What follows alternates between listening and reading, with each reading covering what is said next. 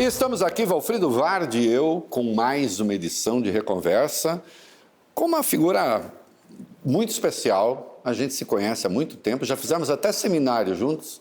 Sabe que uma vez eu fiz seminário com esse cara, ele ficou olhando para mim e falou assim, é muito radical de direita, você precisa dar uma controlada. Mas agora me converti ao comunismo, então ver se eu arrasto ele para o comunismo também, como dizem por aí.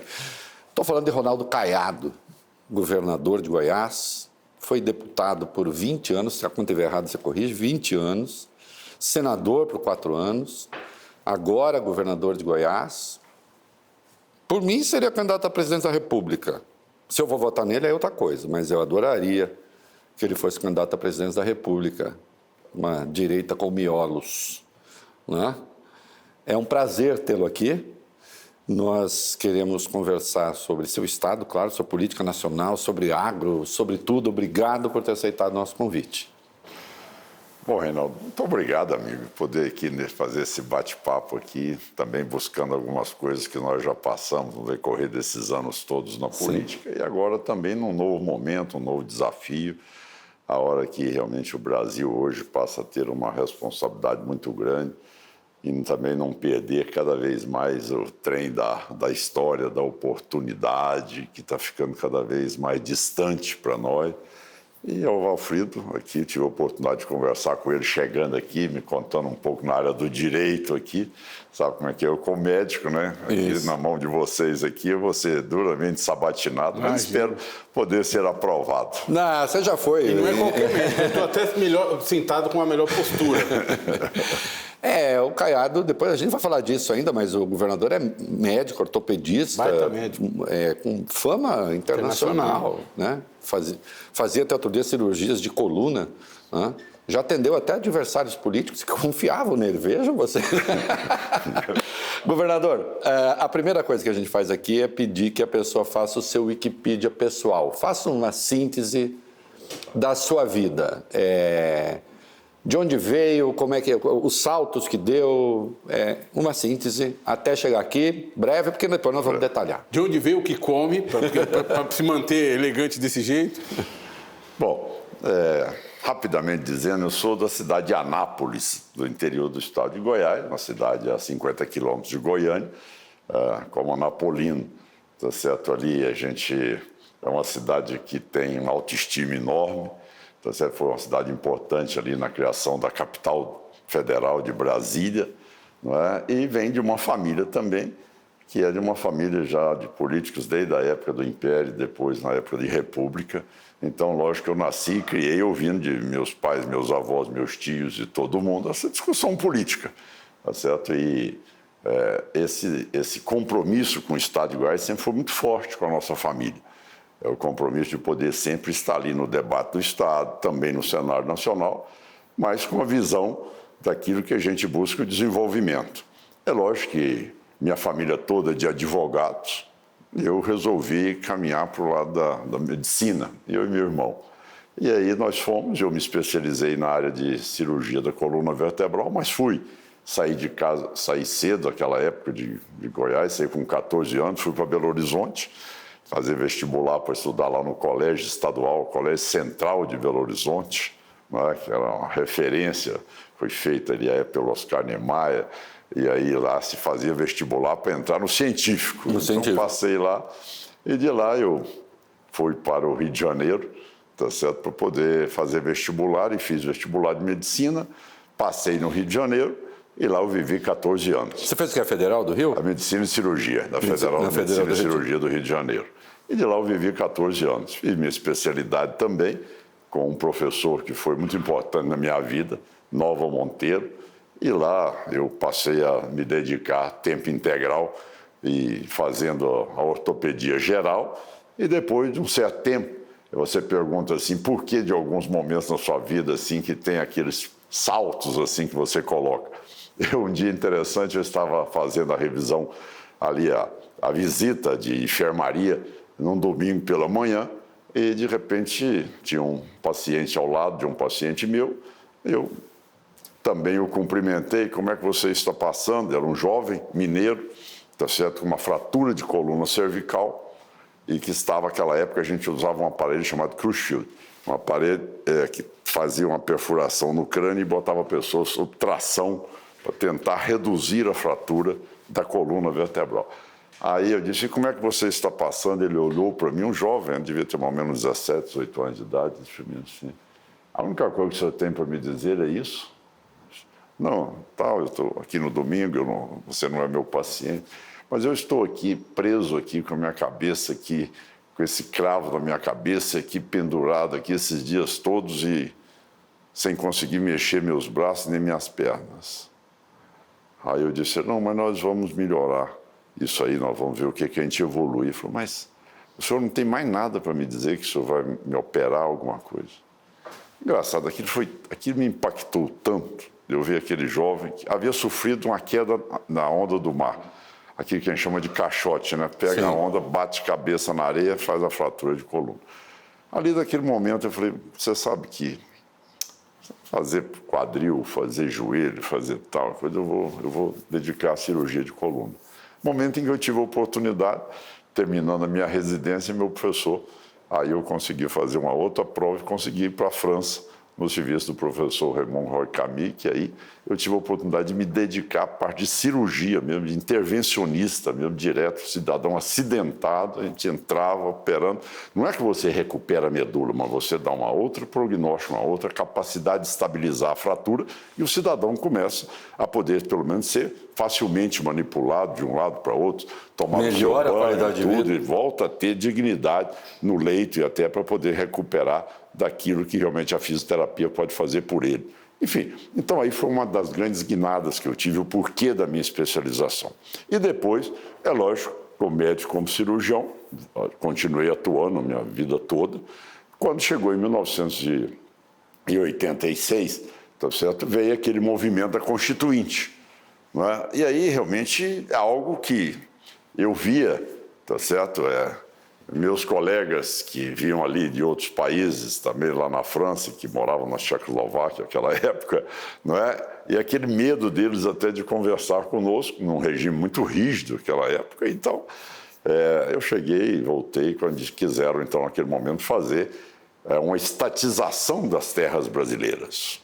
Então, foi ali, aquele momento, em que eu realmente resolvi debater o assunto sobre o direito de propriedade, tá certo? E dizendo que o Estado não é mais competente do que o cidadão para poder decidir como vai desenvolver a sua atividade na terra, e as pessoas vocacionadas, eles se dirigem para aquela atividade, não precisam de ser escolhidos pelo governo para poder tocar a sua atividade. E foi um grande embate.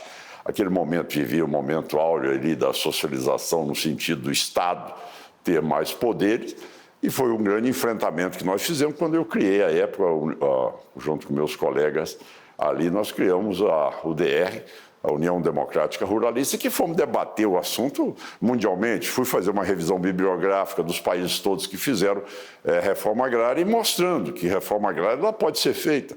Agora, não no conceito de invasão, de destruição do que está produzindo, de conceitos de regra, de leis, de normas, tá certo? Mas sempre preservando aquilo que o cidadão tem, que é o direito de propriedade. Agora, a função social, sem dúvida nenhuma, tem que existir. Não pode ser apenas como resguardar aquilo como seu patrimônio, um ativo seu, sem uma reserva de valor que não produz nada. Exatamente. Tanto é que a terra produtiva, que é o conceito que ficou cravado na Constituição. Ele foi no Wikipedia dele, ele já foi avançando e fez muito bem. E eu vou querer discutir muito a questão da terra. Sem dúvida. Né?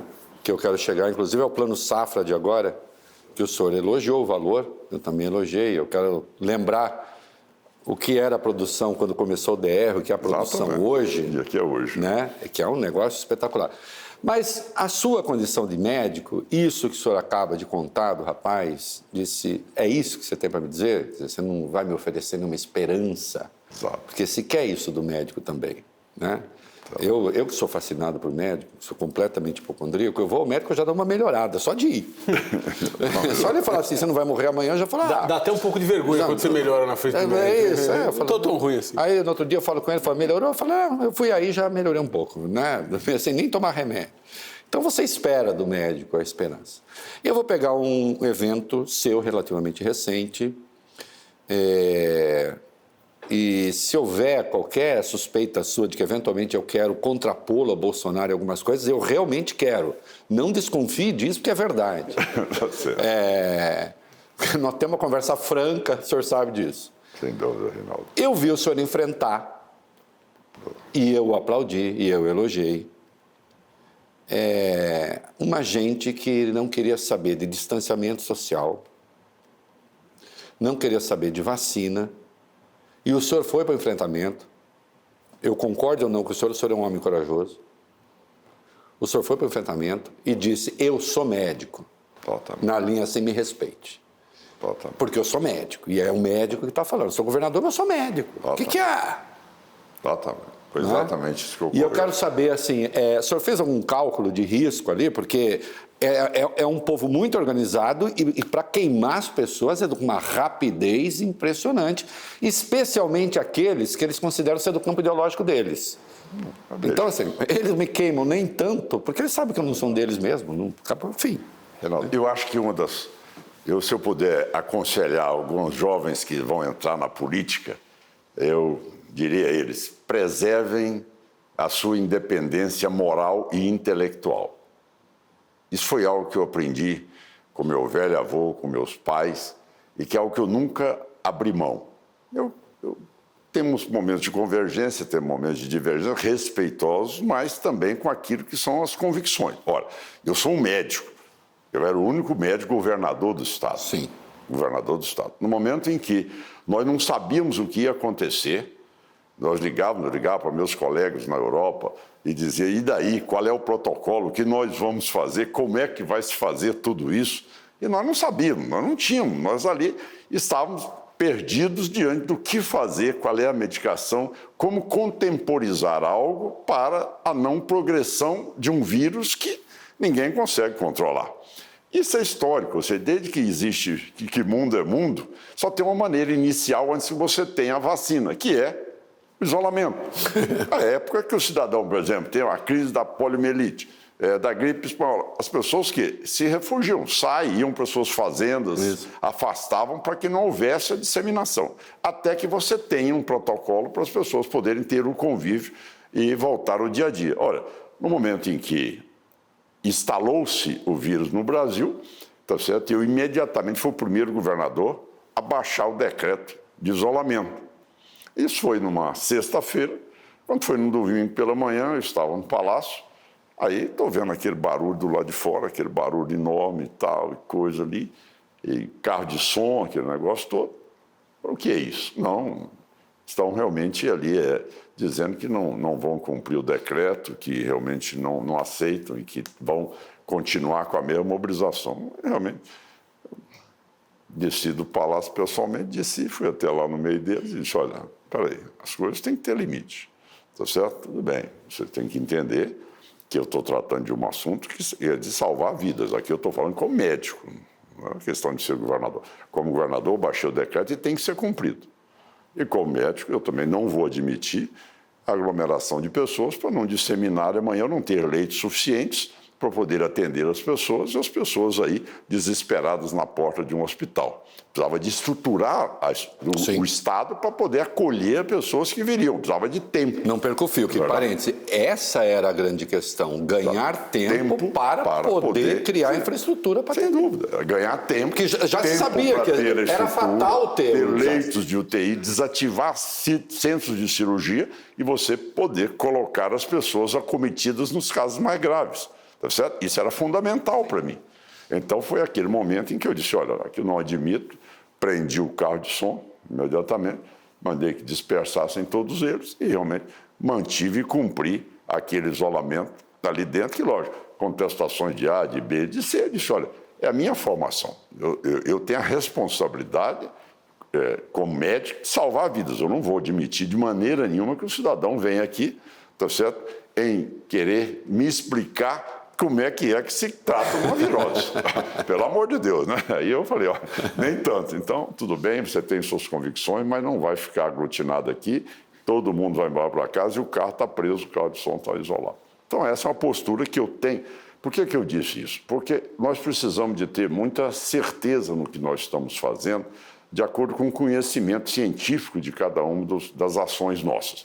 Por exemplo, quando os brasileiros que estavam em Wuhan, na China, precisavam de vir para o Brasil, tá certo? O general Fernando me liga, isso era meio de fevereiro, Sim. tá certo? Ele me liga e diz, governador, eu estou tendo dificuldade em local para acolher os brasileiros. General Isso Fernando aí. Azevedo de Silva, que era ministro da Defesa. Meu querido Exatamente. amigo e membro do IRI. E membro do IRI. Ligou para mim e disse, governador, estou tendo dificuldades em poder. Nós gostaríamos de ver se o senhor poderia recebê-lo. Nós temos a base aérea em Anápolis, ele é minha cidade, tá certo? Você pode ter certeza que eu teria o maior prazer em recebê-lo. Vou ligar para o prefeito e eu, como governador e como brasileiro, eu não vou de maneira nenhuma negar ali território brasileiro para vir aqueles que seriam repatriados. Então, foi o único estado que eu recebi as pessoas que não foram acometidas, vieram, mas de uma área muito contaminada. Graças a Deus fizeram a quarentena, não tiveram problema algum. Mas depois, logo, vírus, você sabe, você tem que ganhar o tempo para se preparar para ele. Agora Que vem, né?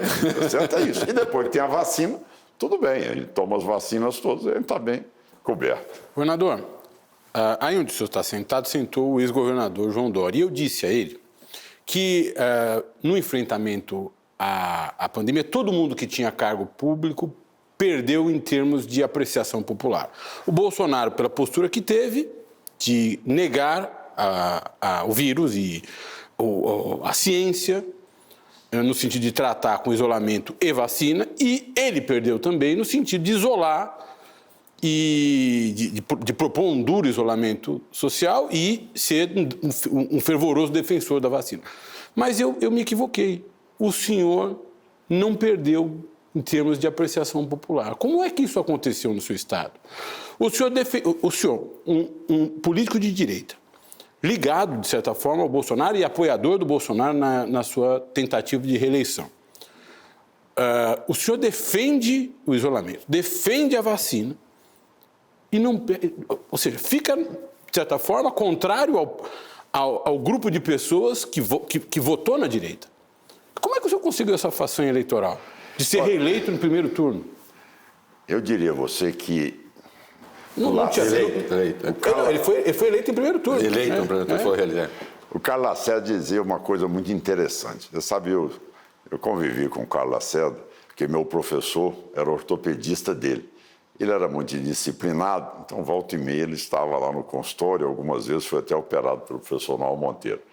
E ele tinha algumas frases, algumas tiradas interessantes, e como minha origem é o DN, minha família era o DN, então o Carlos Lacerda sempre foi uma pessoa que eu sempre ouvi muito e também lia bastante seus discursos. E ele dizia algo interessante, que realmente a pessoa fala mais com os olhos do que com a boca.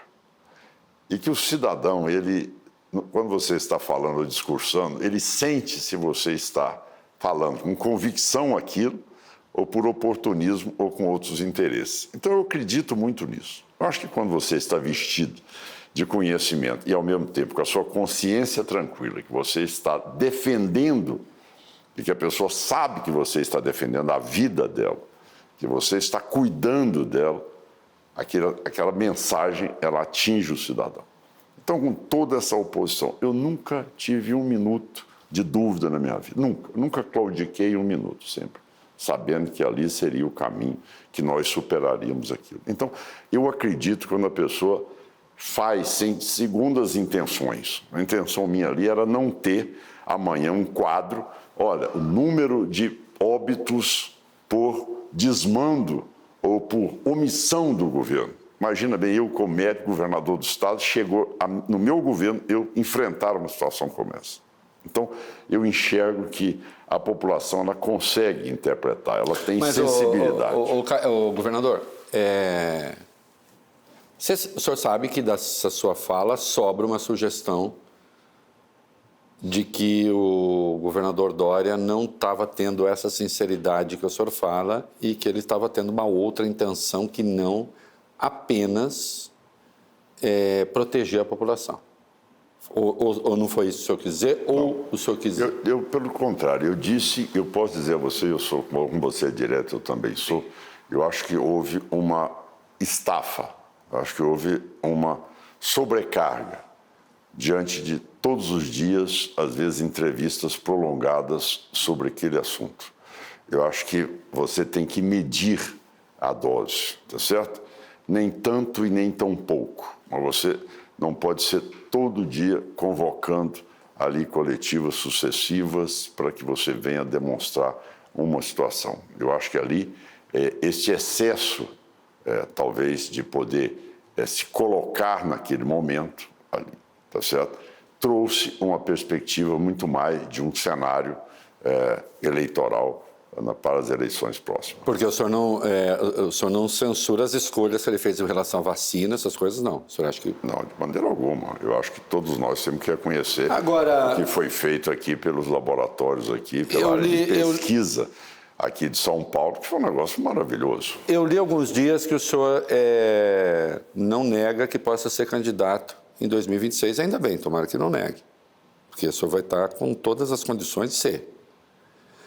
E o Dória ali era um candidato, ou pré-candidato. E todo mundo que de algum modo é pré-candidato nesse grupo da direita vira alvo. O senhor não tem medo de virar alvo? Você sabe por quê? Alvo da direita, no caso, que eu estou falando. Alvo do bolsonarismo. Alvo do bolsonarismo. Não, de maneira alguma. Você sabe, porque eu, como sempre tive esse estilo meu, muito direto, tá certo? Eu não fico tentando buscar, quem sabe, talvez, mais ou menos. Eu nunca fui assim, né? Eu sempre fui muito direto nas minhas coisas. Pelo contrário, o que eu vejo hoje é que até as dificuldades que eu tive no processo eleitoral, onde teve um candidato dele, defendido por ele, governador do estado de Goiás, hoje eu tenho a simpatia e o respeito de todos eles, tá certo? Nessa minha posição como governador do estado, tá certo? Pela minha coerência que mantive durante o tempo todo. Isto tudo é que me faz ter esse diferencial hoje na avaliação da população do meu estado de Goiás e que traz reflexos hoje para a política nacional. E como você colocou, tá certo? É lógico que eu cheguei ao momento da minha vida, que eu já venho de 6 mandatos no Legislativo, mais 2 mandatos no Executivo, eu cheguei no momento em que eu vou buscar junto ao meu partido a condição de poder estar ali entre os pretensos candidatos para ser candidato a presidente da República mesmo. Eu não tenho dúvida, eu não tenho ali mais ou menos, quem sabe, talvez, eu não tenho essa conversa.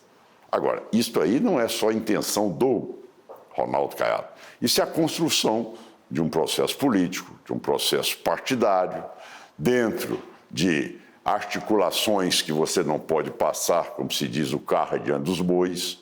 Agora é hora de você conversar com as lideranças políticas, de você fazer uma aglutinação de partidos. Qual é o candidato que vai melhor representar tudo isso numa eleição de 2026?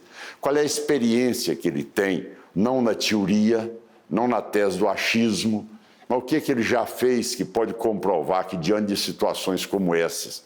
Estava conversando com o Valfrido ali sobre o problema da segurança pública no Brasil, que hoje, eu acho que tem que interrogar, nós vivemos no Estado Democrático de Direito no Brasil?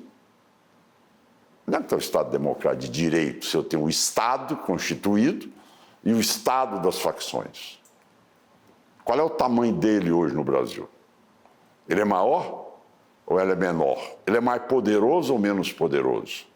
E o cidadão fica totalmente enclausurado porque as autoridades se acovardaram diante do poder, tá certo? De retaliação, de agressão, de ameaças e de poder financeiro dessas facções.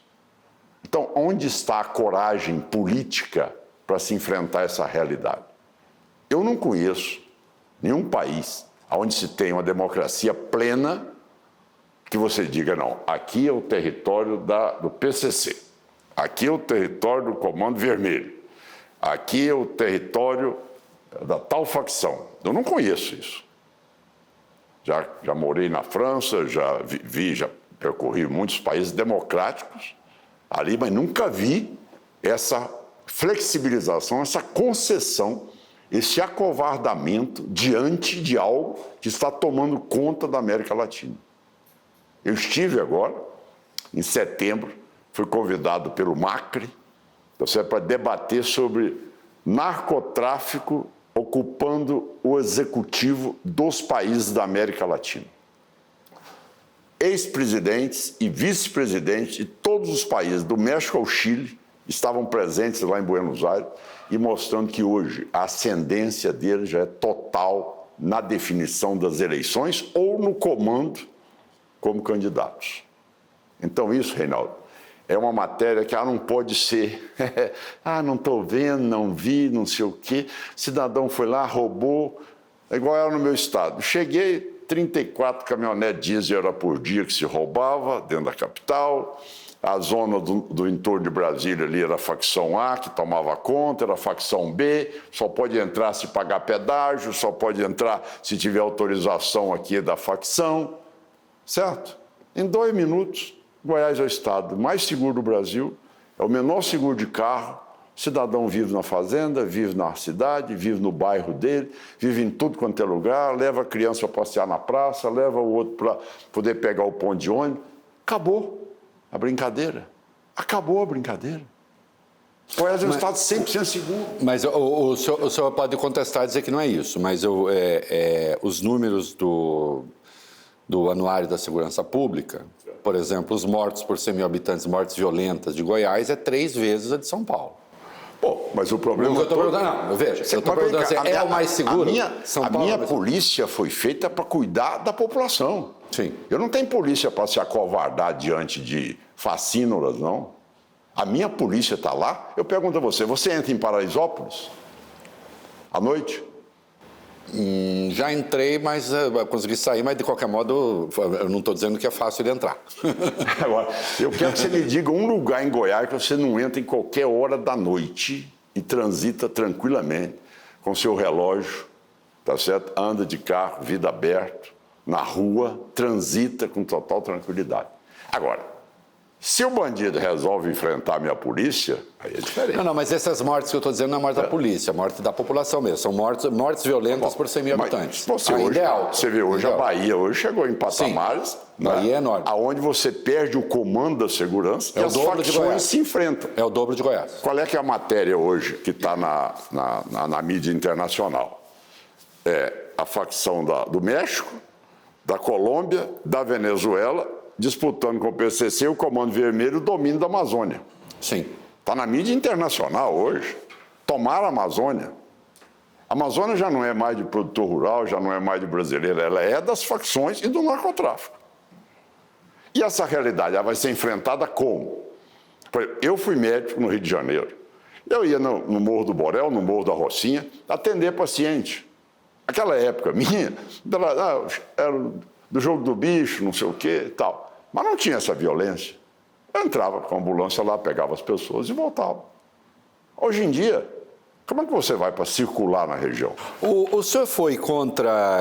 Você sabe que eu vim aqui para contestar, né? Ele é bom, mas eu também vou apertar ele. O senhor foi contra a política de armas do Jair Bolsonaro nos 4 anos? Porque o Lula está aí há 11 meses. Não fui contra, não. Não fui contra, não. Não fui Ela contra. não ajudou? Não fui contra, não. Não fui contra de maneira nenhuma. Não fui contra mesmo, tá certo? Hoje, o cidadão em Goiás não precisa mais porque eu tenho as melhores armas nas mãos dos policiais. Eu tenho hoje melhor qualificação dos nossos batalhões. Sim. Como eu tenho apenas 12 mil homens da Polícia Militar e 5 mil homens da Polícia Civil, da mesma maneira que eu, como médico, me especializei em operar coluna, eu apoiei todas as ações para criar batalhões especializados. Então, a minha polícia em Goiás, por exemplo, pra você ter uma ideia, as pessoas ficam a ver com ciúme quando eu falo que é minha polícia. Nunca teve um roubo a banco em Goiás. Nunca teve um novo cangaço depois que eu assumi o governo. Nunca teve um sequestro de pessoas. E o cidadão hoje paga o seguro mais barato do Brasil e transita em tudo quanto é lugar. Há poucos dias eu recebi uma homenagem. Joalheiros. Joalheria tinha uma quadrilha em São Paulo famosa, roubava todas as joalherias que tinham Rolex, que era famosa aqui. Roubou Campinas toda, roubou Ribeirão Preto, roubou São José do Rio Preto, doido. Chegou em Goiás, roubou uma joalheria lá num shopping Flamboyant de Goiás, fui lá, levou os relógios todos, tá certo? Às 7 horas da noite, às 9 horas da noite, todos já tinham sido resolvidos e, ao mesmo tempo, todos os relógios haviam sido devolvidos. Aí eu recebi uma comenda que nunca no Brasil se viu, tá certo? Não só resolver o problema, como devolver 100% daquilo que foi roubado. Aí me trouxeram uma placa e me deram, que é inédito, o governador nunca teve isso no Brasil. Então, o que eu vejo hoje, e que está sendo muito colocado à margem da discussão, é a situação da fragilidade da segurança pública no Brasil hoje. Ela hoje, tem um dado agora que vocês publicaram, como você mantém essa informação toda, a Força Nacional consumiu até agora 10 milhões de reais lá no Rio de Janeiro. Não prendeu nenhum bandido e nenhuma arma. 10 milhões de reais estão lá. Então, eu pergunto a você, onde é que está o Estado? O senhor admite que, assim, o Rio de Janeiro tem, se não me engano, a densidade demográfica do Rio de Janeiro é uma coisa absurda, assim, é coisa de 366 por quilômetro quadrado. São Paulo é 170 e pouco, Goiás é 20 e poucos. O senhor admite que o senhor vive uma circunstância que, por exemplo, no Rio de Janeiro talvez não funcione as escolhas que o senhor faz em Goiás? Porque, se sendo presidente, vai ter uma política nacional de segurança, pelo que eu estou entendendo. Se eu chegasse no governo do Rio de Janeiro, se eu chegasse no governo do Rio de Janeiro, eu mudava para Rocinha. Opa, vamos lá? Desenvolva. Eu instalava o governo dentro da Rocinha. Tá bom? Dentro da Rocinha. Eu não ia ficar lá no Palácio das Laranjeiras, não. Eu ia ficar dentro da Rocinha. Ah, mas não é a Rocinha, é o Morro do Alemão. Então eu ia lá pro Alemão, para Maré. Então eu ia para Maré. Porque aonde não se tem autoridade, não se tem liberdade e nem democracia. Hoje as maiores multinacionais do Brasil são PCC e Comando Vermelho. As duas maiores multinacionais brasileiras. Hoje elas vendem tecnologia para o mundo todo e exportam know-how para o mundo todo.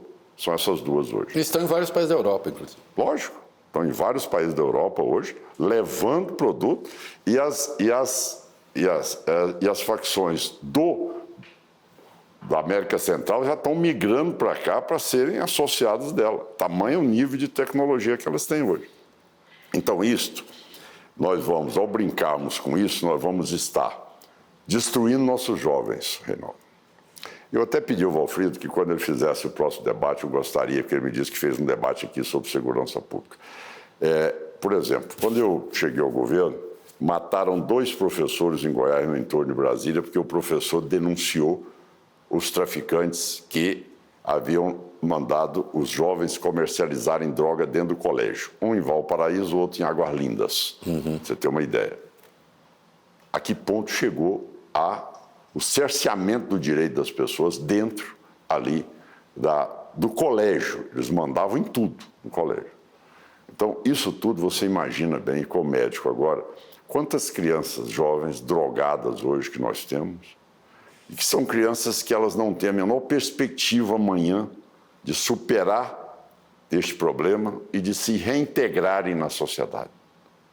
Então, quando a pessoa fala em direito humano, eu pergunto, onde é que está o direito humano das crianças e de jovens que são levados por esse intuito de dizer, eu vou vencer na vida porque eu sou hoje um faccionado. Eu vou poder comprar uma moto, vou poder comprar uma roupa mais bonita, vou poder andar... Mas dá para falar de direitos humanos cuidando dessas duas coisas. Me permita fazer uma pergunta nesse sentido. Eu realmente encantado com o que o senhor tem dito a respeito de segurança, porque é um tema que me é muito caro, a gente já... vinha conversando antes do programa, da conversa gravada começar. O Reinaldo não, negócio de bandido, já percebi. mas, governador, eu queria entender do senhor como é que o senhor vê a participação de uma política carcerária que nós temos no Brasil, que não é de direita nem de esquerda, é do Brasil, que encarcera pretos, jovens, usuários de droga, que os converte em membros de facções, porque são treinados dentro dos presídios, que lhes serve comida estragada, que lhes atribui uma condição dentro dos presídios, muitas vezes desumana, a palavra é essa, que viola seus direitos humanos e que às vezes transforma um pequeno ofensor, ao sair, num grande criminoso. Aliás, não precisa nem sair. Lá dentro ele começa a matar, lá dentro ele começa a traficar, lá dentro ele começa a planejar assaltos e ele passa a ser uma fera, uma besta fera, cuja única finalidade é agredir e destruir a sociedade civil. E tem um sistema de seguridade, né, social, o senhor sabe disso, que eles se oferecem fora da cadeia. O que o senhor disse de ocupar, de fazer um governo, se fosse governador do Rio de Janeiro, de fazer um governo a partir da Rocinha, o que o senhor está dizendo é o seguinte: o Estado precisa ocupar os espaços onde estão os criminosos. Eu sou governador de Goiás, Isso. não tem um pau de terra em Goiás que eu... E a segurança não transite. Mas quando a direita, ou parte da direita, faz esse discurso sobre os direitos humanos que colide com uma política minimamente aceitável, uma política carcerária minimamente aceitável, o que essa porção da direita faz é sair dos presídios e entregar os presídios para as facções criminosas. E, portanto, transformar os presídios em campos de treinamento de facções criminosas. O senhor não acha isso? Que viraram, né? Olha, você colocou num tema extremamente importante. Você sabe que eu sou médico, que todo médico gosta de diagnóstico. Né? Médico que não sabe diagnosticar é médico incompetente. Então dá analgésico, dá anti-inflamatório, dá antibiótico, dá tudo para ver o que acerta. Tudo. Não, o negócio meu é fazer diagnóstico, tá certo? Então, você tinha um nível de criminalidade nesse patamar. Como é que era como eram os presídios em Goiás? Quando eu assumi o governo, a Carmen Lúcia foi a Goiás como presidente do Supremo, não teve como sair da sala do presidente do Tribunal de Justiça no estado de Goiás.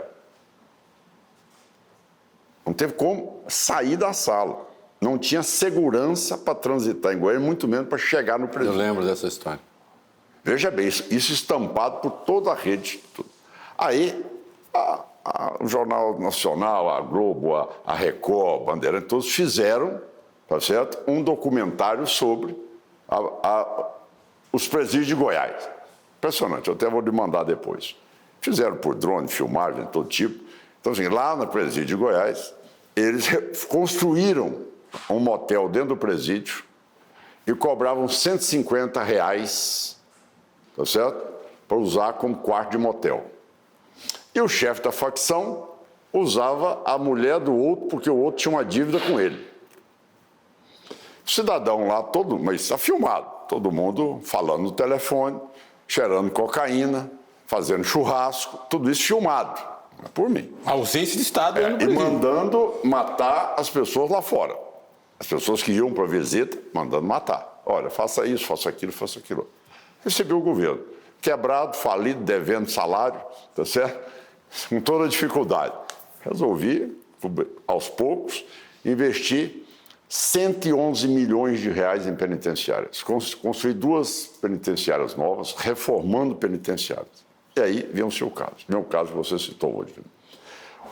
Enquanto você não controlar as penitenciárias, você não tem segurança no seu estado. Isso. Então, as penitenciárias de Goiás hoje, elas não dão guarida para o cidadão poder se meter a fazer isso. Não, ele está lá para cumprir pena, ele vai cumprir pena. Agora, o que é que tem? Tem um lado que nós vamos ver, que é o lado de vocês. Primeiro, quantos estão presos sem ser julgados? Isso. Hã? Não, Quantos estão presos sem ser julgados?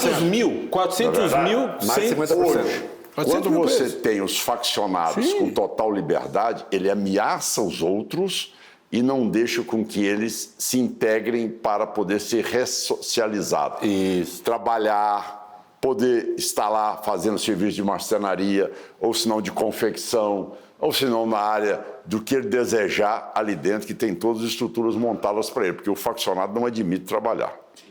Então, isso tudo é o que eu fiz. Não. Essa penitenciária aqui de segurança máxima, aqui está o Comando Vermelho. Essa aqui de segurança máxima, no outro lugar. Essa aqui está o PCC. Certo? E tem uma tal de Amigos de Estado. Essa aqui está no outro aqui. Como amigos de Estado. Acho que amigos do amigo. Tem amigos também, mas acho que é local. Meu Deus, tem de tudo. Então, quer dizer, isso é desse jeito. Então, de repente, quando eles estruturam aquele movimento lá na cidade, eu pego todo mundo, boto dentro do ônibus, mudo para outra, pego a outra, mudo para cá. Então, a partir daí, eu cheguei àquilo que se chama segurança plena em Goiás. Porque os cabeças não tiveram mais acesso a nada, não tiveram mais como mandar dar ordem, nem determinar, e nem serem temidos dentro das penitenciárias. Então, ou o Estado assume o comando, mas o que o cidadão quer? Isso é muito comum. Eu sou governador por 4 anos, daqui a pouco eu vou ser governador por mais 4 anos, acabou. Aí o colega meu diz, mas Caiado, daí 4 anos, meu amigo, eu vou largar isso e vou fazer tantos inimigos na minha vida, deixa isso acontecer. Então, o que está faltando no país é exatamente uma política que mostre resultados. É isso aqui. Não é violência, não é truculência, não é tortura, não é desrespeito. É cumprimento da ordem. Isso é muito importante, eu quero um corte para isso, tá? Quero um corte para isso. Não é violência, não é truculência, não é tortura, é política. Mas eu vou te fazer uma pergunta difícil agora. As outras todas são fáceis, mas essa é difícil. Por que é que não se faz? Isso, porque é o que ele estava dizendo. Você sabe qual é a coisa mais difícil para se governar? Não que eu nunca fui governador, nem queria. Mas você analisa eles. A maioria dos governantes tem dono. Tem dono? Dono. Opa! Tá cheio de cortes isso aqui, hein? Tá cheio de cortes. É verdade. Vão achar que nós estamos fazendo a campanha do Caiado para presidente. Tem dono. Nós estamos fazendo perguntas difíceis. Não sei o quê, afinal de contas eu te financiei, o que você está fazendo isso aí? Certo? Mas não é da democracia Quem tem que isso? indicar o comandante da Polícia Militar sou eu. Quem tem que indicar o secretário da Polícia Civil, o diretor da Polícia Civil sou eu. Eu que financiei essa campanha. Eu vou te fazer um elogio, vou fazer outra pergunta difícil. Eu às vezes esqueço, eu chamo de você, porque a gente se conhece. Sem dúvida, não. Veja só. Então tem gente que tem dono. E muito. Não tem jeito. Eu realmente, deixa eu dizer, desse senhor aqui, eu tenho discordado muito dele, negócio de política agrária, nós vamos falar daqui a pouco. Né, que agora eu virei comunista. Eu nunca ouvi nenhuma acusação, não temos nenhuma acusação contra o Caiado de roubar, de enfiar a mão no dinheiro, tá? Até porque é rico também, se fosse roubar ia ser uma sem vergonha danada. Mas tem ricos que têm acusação. Mas tem rico que rouba. Não tem acusação, não tem coisa nenhuma. Não tem mesmo. Graças a Deus. Ninguém nunca lhe disse, nomeia esse, escolhe aquele, você mandou as favas e pronto? Sabe o que é? Já estão tão acostumados comigo, tá certo? Que as pessoas já sabem que não tem espaço para vir com esse tipo de conversa comigo. Eu não dou ousadia para a pessoa Ou chegar você faz o quê? e falar. Ou o senhor faz o quê? Na mesma hora eu esculhambo, tá certo? Isso dependendo do fato que for, eu mandar o Gemário dentro do gabinete. Não precisei ainda, mas se precisar eu faço. Chegou perto? Não, até porque você sabe... Não, você vai ter uma vontadinha, vai, uma vontadinha. Não, de deputado, dessas coisas, todo problema de emenda, você sabe que começa... Já dizia os velhos, não existe homem honesto um dia e desonesto no outro. Não. Na verdade, você tem uma convicção, você tem uma história padrão de vida. Ele foi honesto até ontem, hoje não é honesto. Depois Honesto da manhã já é até honesto aqui, de né? novo, entendeu? Então essas coisas não convencem. Agora, eu vou dizer uma outra coisa. Raciocina comigo. Eu sou governador de Goiás. Eu tenho um orçamento, chega aí a 40 bilhões de reais. Certo? Quanto é que eu ganho por mês como governador? Você deve estar ganhando uns 20 e poucos bruto. É? Não, eu ganho líquido 20.252 reais. Isso. Ainda bem que você não depende disso, né? Mas aí é que vem a minha pergunta. É verdade ou não é? Sim. E aí? E se o cidadão está lá com 40 bilhões de reais, aí chega, pô, você sabe, tem que fazer um apartamento ali no Alphaville, aí eu vou te dar uma viagem, aí essa família vai passear na Suíça, o outro vai ter uma Mas fazenda. Suíça você não está querendo dizer que só gente rica como você de família pode ser governador, né? Não estou dizendo isso. Eu estou dizendo que a pessoa tem que ter compromisso moral com o cargo que ele ocupa. Tá. Eu não estou dizendo que ele tem que ser rico. Eu estou dizendo que ele não pode transformar a mesa de governador em balcão de negócio para ele se enriquecer no cargo. Mas, governador... Porque como é que um cidadão que ganha 20 mil reais acrescenta patrimônio no seu imposto de renda? Como? Não deveria acrescentar nada. Não tem jeito. Não tem jeito. Ele tem que sair devendo. Mas a minha pergunta Sai devendo. mas a minha pergunta é um pouco diferente. Veja, nós vivemos num país com dimensões continentais. Certo. Enorme. Sem dúvida. O senhor foi parlamentar como deputado federal e senador. O seu estado é um estado grande. Sem dúvida. Fazer política num país como o Brasil, grande como o Brasil, e que vive num regime de produção capitalista, requer dinheiro. Nós sabemos que hoje a política é, ou pelo menos deveria ser, financiada por fundo público de financiamento, financiamento de pessoa física ou autofinanciamento. Que é um absurdo, do jeito que Né? Nós sabemos que não é suficiente e nós sabemos que muita gente se vale no financiamento subreptício, ou seja, escuso e por debaixo do pano de empresas, mas o que é pior, de financiamento de campanha oriundo de organização criminosa. Quando a gente, só para completar a pergunta, quando a gente diz isso que o senhor está dizendo, todo mundo tem dono. Numa democracia, primeira pergunta, numa democracia não é normal que seja assim. Se for os Estados Unidos, todos os candidatos são financiados por alguém. Sim. Por grupos. Mas de público. Grupos de pressão. De público. Não, tem os PECs, os super PECs, tem lá o pessoal... Dependendo do programa de governo de público. Olha, tudo bem, igual ele tem um financiamento hoje. Olha, eu apoio o candidato tal. Tudo bem, está lá o dinheiro dele. Sim, é transparente. Sim. É transparente. Então, mas ele está dando. Ele não está comprando o candidato. São coisas distintas. Mas vamos lá. A indústria do algodão, a indústria dos fumígenos, a indústria do armamento, todos eles estão representados no Congresso americano. Lógico. E todos eles financiam políticos e financiam os candidatos à presidência. Certo. São campanhas bilionárias em dólar. Quando a gente diz para fazer isso não pode ter dono, então a gente inviabiliza todo mundo que não consegue financiar a sua própria campanha. Não. Para fazer isso. Não, maneira nenhuma. Maneira nenhuma. Eu criei uma taxa em Goiás, tá certo? Tive coragem de tirar uma taxa em Goiás, que muitos produtores rurais brigaram comigo, ficaram revoltados e tudo mais. Eu expliquei para eles. Acabei de perder a arrecadação. Eu não vou poder parar minhas estradas. Eu não entendi. Que taxa que é? Explica. Não. Quando nós tivemos a trazer a tributação da energia, da telecomunicações e de combustíveis a patamares de 17%, o Estado de Goiás perdeu 4 bilhões e 700 milhões de arrecadação. Eu teria que parar minhas obras em Goiás, porque eu não teria como manter a estrutura de governo, com saúde, com educação, com segurança, com programas sociais e continuar fazendo rodovias. Eu cheguei e disse, olha, o setor rural vai ter que pagar uma contribuição. Estipulei o que chama Fundeinfra, aprovei uma emenda constitucional e realmente criei um tributo para que eles pagassem, as mineradoras e os produtores. Entendeu? Não sei o que, tal. Mas está vendo que o dinheiro está sendo aplicado corretamente. Tem aquela relação, mas depois o cidadão vê a melhoria na qualidade de vida dele lá dentro, porque está vendo que o dinheiro está sendo aplicado corretamente. Então, o dinheiro, por que nós revolucionamos a segurança? Por que nós revolucionamos a saúde? Regionalizamos a saúde? Porque o dinheiro foi respeitado. Por que eu investi agora 6 bilhões e 400 milhões em educação? Devo ser o primeiro lugar no IDEB agora. Daqui a um dia sai a nota.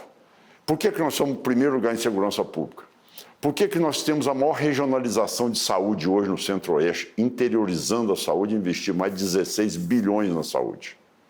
Porque não se rouba e não deixa roubar. Entendeu? Então você tem que tomar uma medida austera, não é porque o cidadão lhe apoiou. Entenda bem, você é Valfrido, você é CPF Valfrido. Você governador do Estado é outra coisa. É governador de 7 milhões de goianos. Eu sou governador de 7 milhões de goianos. Eu não estou ali para proteger quem financiou, quem deixou de financiar. Eu estou ali para tomar decisões duras necessárias para dizer o braço do Estado vai estar onde se precisar do Estado. lá que eu vou estar. Agora, Caiado, o governador, o senhor sabe que ser governador de 7 milhões de goianos, e é uma densidade, insisto, populacional baixa, um estado gigantesco, hoje com agronegócio, que está vivendo uma fase de ouro, não é ser governador de 203 milhões.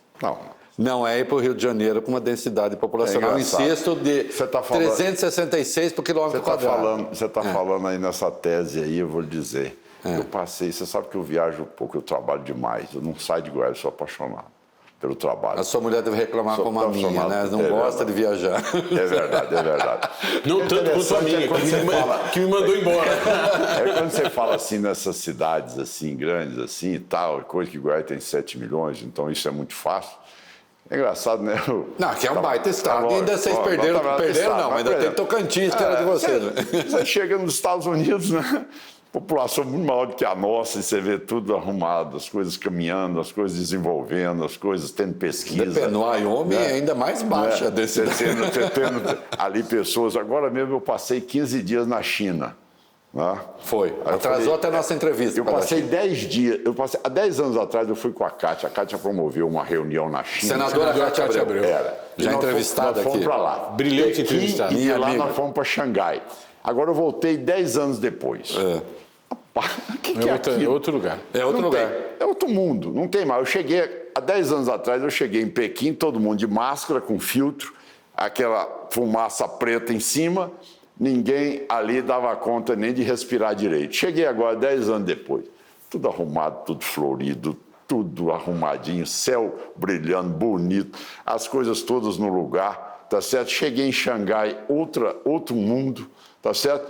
Cheguei em Shenzhen, aí eu fui lá visitar a fábrica da Huawei. Aí disse, bom, peraí, quantos pesquisadores o senhor tem aqui? Aqui nós temos 25 mil pesquisadores PhD.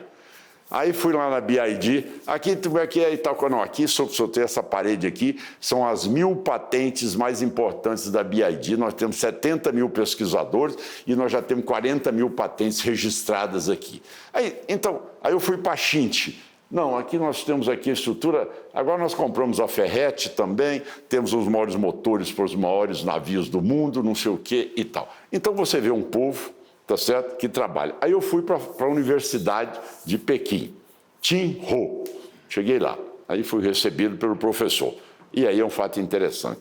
Eu sou muito observador, aí eu andando na universidade, na Universidade de Tsinghua, aí ele falando que todos os membros do partido passaram por lá, não sei o quê, e tal, contando a história, quantas patentes ele tem, a patente do biodiesel deles, entendeu? Mostrando tudo isso. E aí, eu andando e falei assim, mas vem cá, engraçado, eu não estou vendo nenhuma parede riscada aqui na universidade. Aí ele olhou assim, como? Eu não estou vendo nenhuma parede riscada, pichada aqui na coisa. Ele disse, mas pichar por quê?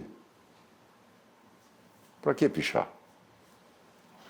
Então, quer dizer... Caiado, eu vou deixar com o Valfrido. Tá certo? Então, quer dizer, você vê que tudo isso, se você não der o bom exemplo como governante, as pessoas se acham no direito. Por que é que não se governa? Porque, gente, não tem segredo. Quem está no comando, polícia sabe da vida dele todinha. Quem rouba, quem recebe propina, quem está fazendo negócio com o cara. Não tem respeito. Se a figura não transmite respeito, ela não é capaz de impor respeito. Governador, o senhor é candidato à presidência da República, apresentou esse interesse em outros lugares e aqui também.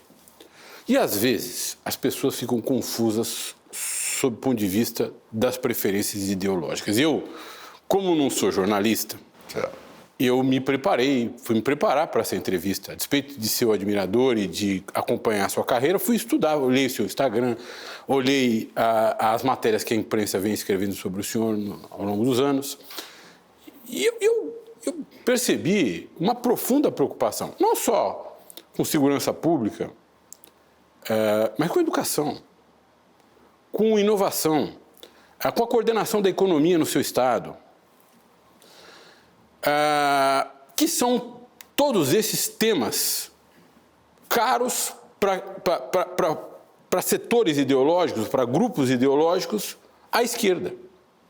O senhor acaba de fazer uma peroração, uma defesa e apresentou sua admiração, com a qual eu compartilho, do socialismo de mercado chinês, ou seja, de tudo que a China conseguiu sob o regime de socialismo de mercado. Eu tive a mesma experiência que o senhor. Visitei a China muitas vezes e cada vez que eu vou eu fico mais abismado.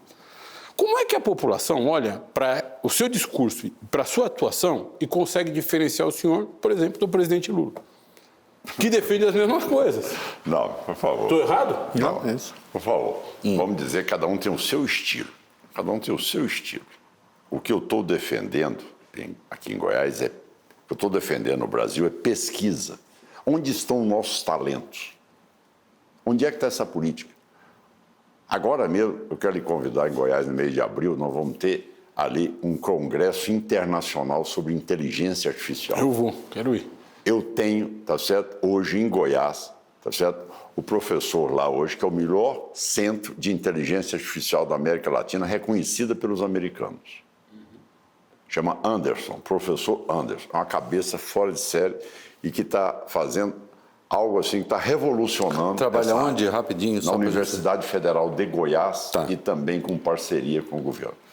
É professor lá? Hã? É professor lá? Professor da Universidade Federal. Bom, continue, por favor. Universidade Federal de Goiás, tá certo?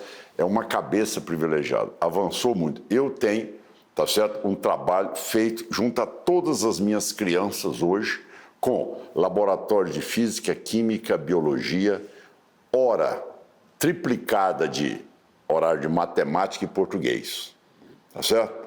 Eu fui convidado para ir em Oxford, quando eu ganhei o governo em 2018, e nós fomos vários governadores.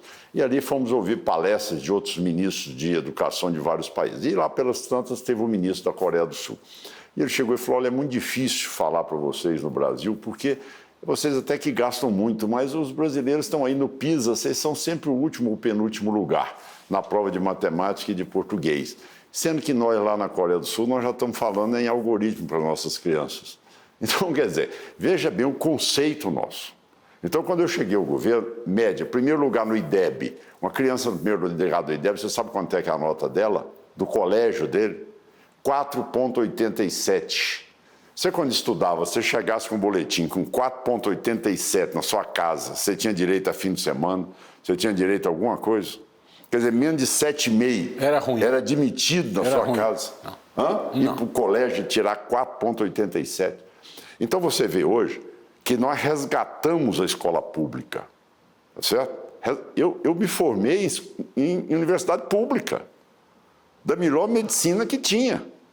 Não é esse negócio de fazer faculdade de medicina irresponsavelmente, como um verdadeiro mercantilismo, cidadão analfabeto, não sai dali, não sabe examinar um paciente, fazer uma anamnese com um parênteses. Isso é lindo o que o senhor está falando, mas isso difere diametralmente, por exemplo, da ideia de dar voucher para as pessoas estudarem. Por isso é que causa confusão ver um homem de direita mas isso não quer dizer falando nada. o que o senhor está dizendo. Isso não tem nada... Eu dou a todos os meus alunos... Concorda? Eu dou a todos os meus alunos do ensino médio em Goiás R$111 por mês. Sabia? E que eu fui o segundo estado no Brasil agora que menos teve evasão escolar. Menos teve evasão escolar. Quanto é que a faixa Porque se não der nada, não chega na escola. De 16 anos até agora. Tá não certo? pega ônibus. E o governo federal está copiando o meu modelo. Está lançando aí agora uma poupança para o aluno, para não sair da sala de aula. Uma manutenção, Bom, né? Então, o que tem? Nos laboratórios meus hoje, eu gastei hoje, tá certo? Reformando meus colégios, todas as coisas mais lindas do mundo, ar-condicionado, refeitório digno, comida e alimentação boa, professor sendo recuperado. Quero agradecer aqui o Instituto Península, Unibanco, Itaú, Bem Sonhar, Ayrton Senna, tá certo? Todo mundo aqui, eu tenho convênio com todo mundo para conseguir ter uma educação de qualidade no estado de Goiás. Agora você vai ver o meu IDEB, você em primeiro lugar. Mas em primeiro lugar que não vai chegar a 7. Tá certo? Não está longe de ser uma educação. Então você tinha a criança brasileira com escola pública, analfabeto funcional e analfabeto digital. 70% das nossas crianças são analfabetas no segundo ano do ensino fundamental. analfabetas no segundo ano do ensino fundamental. Agora, isso tudo ou você corrige agora, ou senão você não controla mais. Você vai ter uma criança que não tem condições de chegar à universidade e ter um falso positivo, ter um diploma e não saber operar um paciente. Então, isso é que nós precisamos de cuidar. O governo tem que cuidar para que haja a condição do cidadão estudar e trabalhar. Então, quando você falar, ou na China, ou nos Estados Unidos, ou na Europa, ou seja, onde for, você tem que ter essa motivação. A motivação do jovem não pode ser faccionado. Para ele ganhar dinheiro, para ele ter uma moto, para ele poder ter um tênis, para ele poder ter uma roupa. Então é isso que está sendo distorcido no Brasil, tá certo? O cidadão hoje ele não acredita na educação. Por quê? Porque a educação é de péssima qualidade. Você vai lá para dentro, uma sala caindo nos pedaços, um banheiro, um muquifo que está ali, tá certo? Uma refeição das piores. O cidadão vai lá, não está aprendendo nada, aquela coisa cansativa, não tem uma aula experimental de física, de química, biologia, de informática, de nada. A todos os meus alunos do ensino médio, eu entreguei um Chromebook da Google. Eu estou implantando agora o Wi-Fi 6 da Huawei em todos os meus colégios. Wi-Fi 6. O senhor adora a China, hein? Hã? O senhor adora a China. Eu? O que eu vi em termos de desenvolvimento... Olha, ninguém acompanha hoje o que eles estão fazendo hoje. Eu fiquei impressionado, sabe por quê? Porque eu acredito na ciência, eu acredito em pesquisa. Se nós somos o primeiro lugar no mundo hoje em agropecuária, é porque nós tivemos cabeça no Brasil que fizeram com que a agricultura e a pecuária tropical, que só tinha influência dos europeus e dos americanos, que nós construímos dentro da Embrapa as maiores lideranças do ponto de vista técnicas de desenvolver cultivares os mais variados para poder atender todas as condições climáticas que nós temos hoje. Você imaginar no meu Cerrado de Goiás hoje, nós batendo no Paraná de produção? Como é que pode? Goiás, Mato Grosso, Tocantins, Maranhão, tudo isso, onde ninguém acreditava em plantar soja na vida. Antigamente nós plantávamos arroz de sequeiro e pronto. Hoje, nós produzimos ali só no meu estado 33 milhões de toneladas de grãos. Somos o segundo maior exportador de carne. Tudo isso com genética, tá certo? Quer dizer, por que nós não temos essa tecnologia? Mas falando a esse respeito, eu queria só completar um outro item. Esses dias eu vi um jovem falando para mim o seguinte: governador, me explica o seguinte, desde Juscelino Kubitschek, o brasileiro é mão de obra para poder produzir carros, caminhões e tratores e maquinários agrícolas. Por que nós nunca tivemos uma fábrica no Brasil? Você chega no Vietnã, agora eu estou vendo, eles estão batendo os carros americanos. Vietnã, Camboja, Coreia do Sul, China nem se fala. Todo lugar que você chega na China tem uma fábrica de carro, tem uma indústria de carro.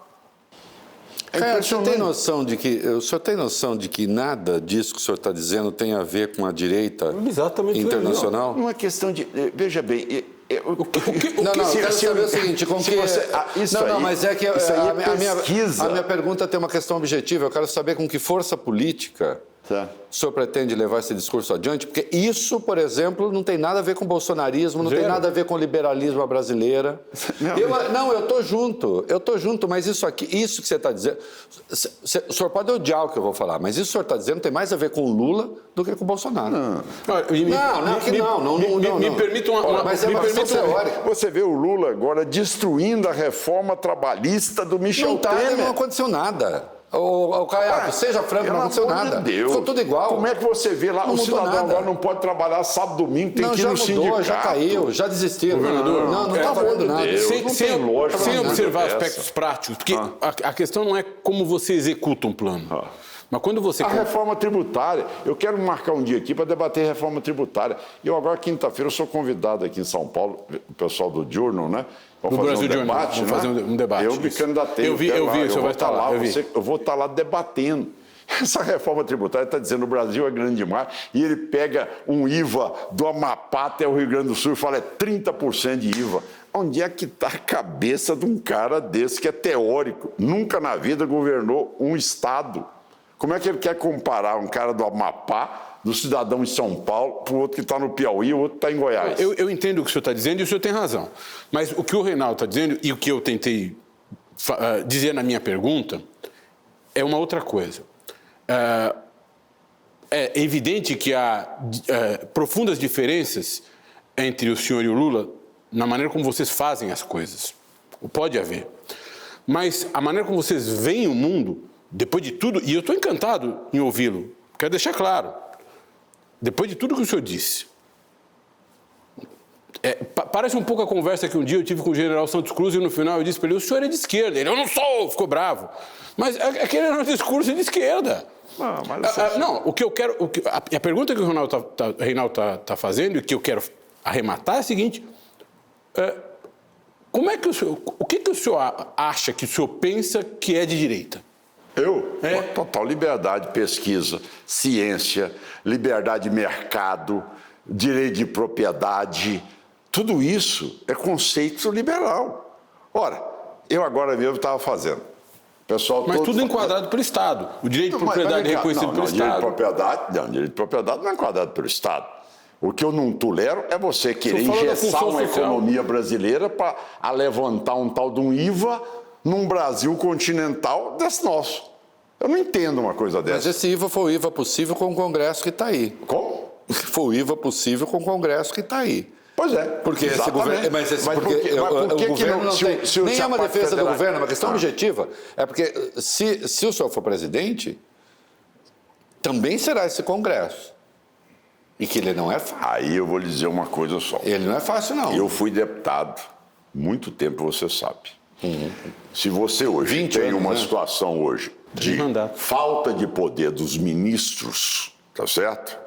Se você tem hoje o que é discricionário, está na mão de um relator de orçamento, é porque governantes cederam para que as prerrogativas do legislativo avançassem sobre o executivo. Concordo, mas foi um aliado seu. Não, porque governador, foi no governo Bolsonaro. Eu estou no Congresso há muito tempo. Foi no governo Bolsonaro que se deu maior poder ao Congresso. Vamos ser justos. E um pouco antes do governo Temer. Você, Reinaldo, está na vida de jornalismo há muitos anos, como eu na política. Veja bem, o que foi que deteriorou o Congresso Nacional? É que toda votação polêmica, o Executivo confundiu os sinais. Aí eu preciso aprovar a reeleição. Então vamos dar aqui concessão de rádio, televisão, e eu fui contra, 97. Eu preciso fazer não sei o quê. Vamos dar mais isso, vamos dar mais aquilo, vamos dar mais aquilo outro. Vamos comprar o Congresso. Aí o Congresso chegou um dia e falou, já que vai comprar, então peraí, vamos fazer o seguinte, eu vou meter um impositivo agora, tá certo? Que independente de como eu votar ou não, o Executivo não vai meter mais a colher de pau aqui. Se o senhor for presidente, vai ser nesse Congresso. É isso que é. Mas só que você tem que entender uma coisa só. Eu sou governador, tá certo? E eu sei exatamente como as coisas devem ser aplicadas. No meu estado é 1,2% e 70% das impositivas vão para a saúde e para a educação. Então eu tenho política de governo. Lá em Goiás você tem política de governo. Lá não é o cidadão ficar mandando R$10 para cá, para colar, para isso, para aquilo, porque você está deformando o legislativo no momento em que, ao invés de cuidar da peça orçamentária e de legislações necessárias para atualização hoje, como, por exemplo, uma inteligência artificial, nós vamos discutir a ética da inteligência artificial ou não, na área de direito. Como é que vai ser? Acho que tem que discutir. Como é que vai ser? Então, quer dizer, essa é uma discussão do Congresso Nacional.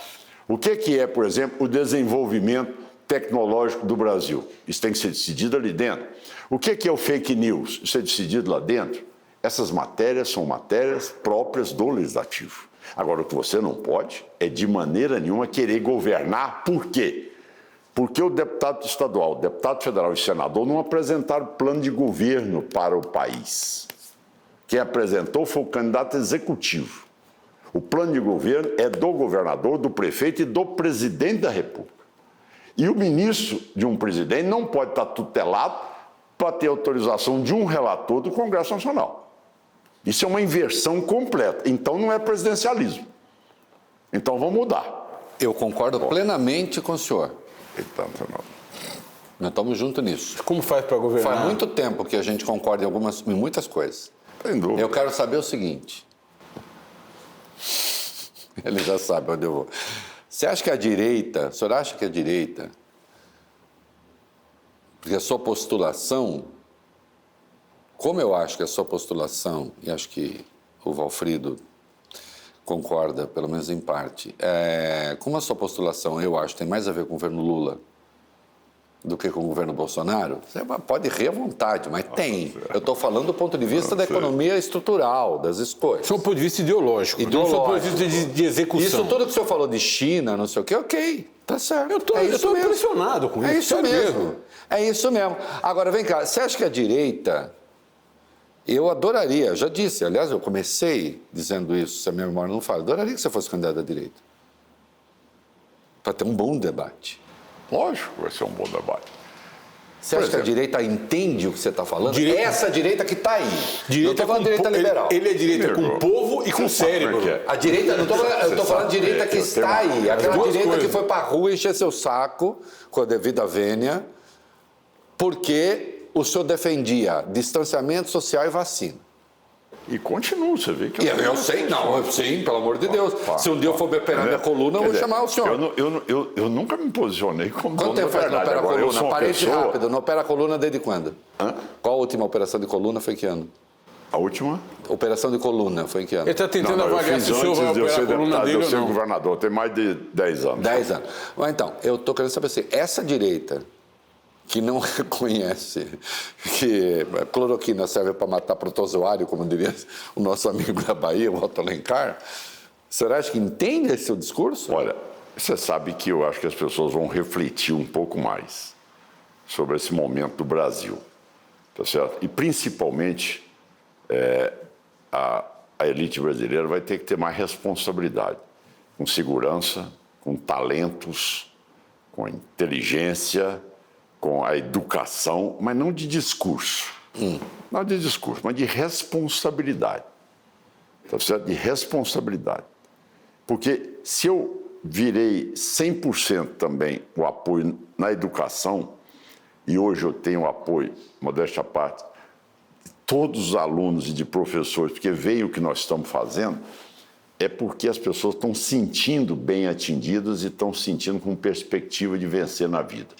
A inclusão social é uma verdade. Não é você ficar dando cartão. Eu não comemoro distribuição de cartão.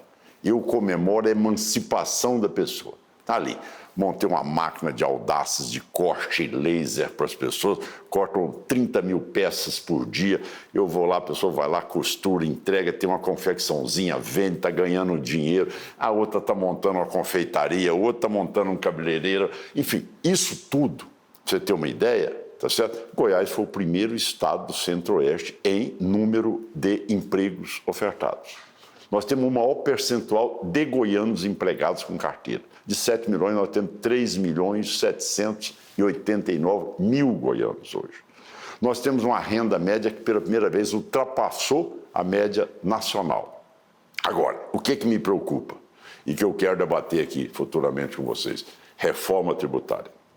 Isto aí vai causar uma consequência ímpar para o Brasil. Ímpar. Vocês não podem imaginar o que estão fazendo com um país que vai ser uma inversão completa. Isso vai tirar do túmulo Juscelino Kubitschek e Ulisses Guimarães. Tá certo? Juscelino Kubitschek enfrentou, e veja bem, eu sou denista, né? Enfrentou Carlos Lacerda e fez Brasília no meio de um cerrado daquele que ninguém nem conhecia no mundo. E levou o desenvolvimento que hoje é a salvação do Brasil. Lacerda estava errado, né? Lacerda estava errado nesse cara. Lacerda estava errado, sem dúvida nenhuma. Agora, Ulisses Guimarães criou a regionalização para ter incentivos em algumas regiões em desenvolvimento. Tudo isso vai ser caçado e vai ser concentrado só em regiões que já estão, de uma certa maneira, sobrecarregadas e com um potencial já quase que esgotado em termos de crescimento. E você abrindo mão de um potencial enorme do Brasil, que é de crescer. Então, são situações que eu acho que, ao se governar, você tem que ter compromisso com o país. Você tem que ser compromisso seguinte, olha, o que eu quero chegar? Eu quero chegar naquilo ali, aquilo que eu quero, a minha meta é aquela. Então, quando eu vejo as pessoas num nível de educação que beira ao analfabetismo, eu não posso imaginar que um país vai dar para frente. Não tem como.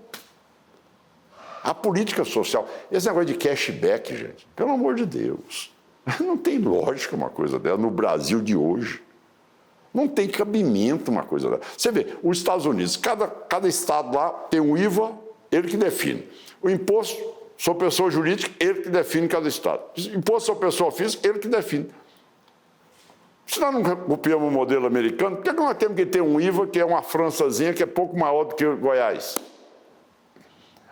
Onde é que isso tem? Qual o país continental que uma reforma tributária dessa funciona?